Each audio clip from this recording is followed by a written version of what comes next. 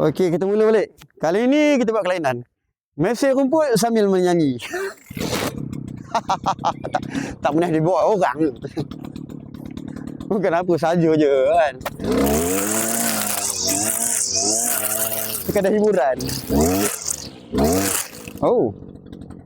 Orang kalau puji saya menyanyi, saya tak nak sebab saya tak baguslah menyanyi mana tu. Menyanyi saya tak bagus mana. Kalau puji saya mesej rumput boleh lah. Boleh lah. Kita nyanyi lebih damal.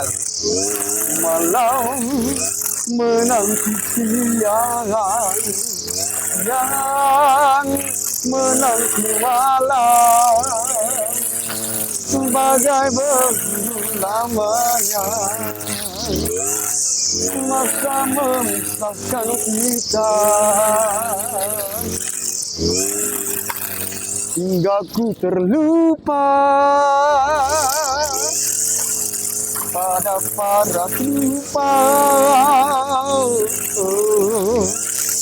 Malam mencari mimpi, siang mencari arti,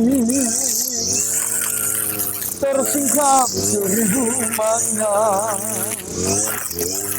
tercap seribu kata, terpaksa siang.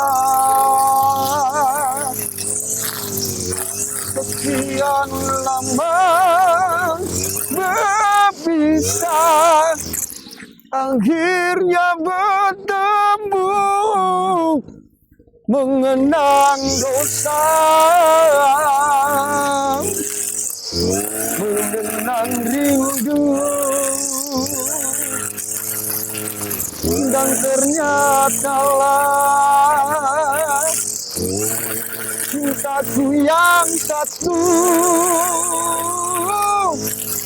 Kau kekasih awal dan akhir, kau kekasih batin dan zahir. Setelah ku sadari cintamu yang abadi, aku harap tak ku peduli walau bulan jatuh ke bumi dan hadir bidadari. Aku mimpikan lagi kerana kau lebih mengerti,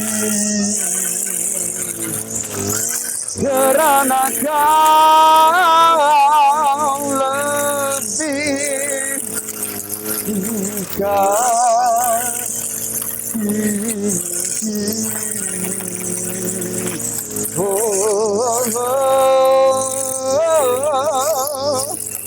Ayat je saya tambah. Mesej rumput sambil menyanyi ataupun menyanyi sambil mesej rumput. Bantai lah tuan-tuan. Asyikkan seronok.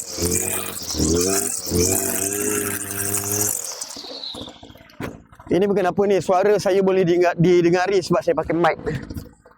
Bolehlah membebe-bebe sambil mesej rumput ni. Macam-macam tuan-tuan. Jangan marah ya, yang tengok ni jangan marah. Sekadar hiburan je. Okay. Thank you. Terima kasih semua. Assalamualaikum, bye-bye.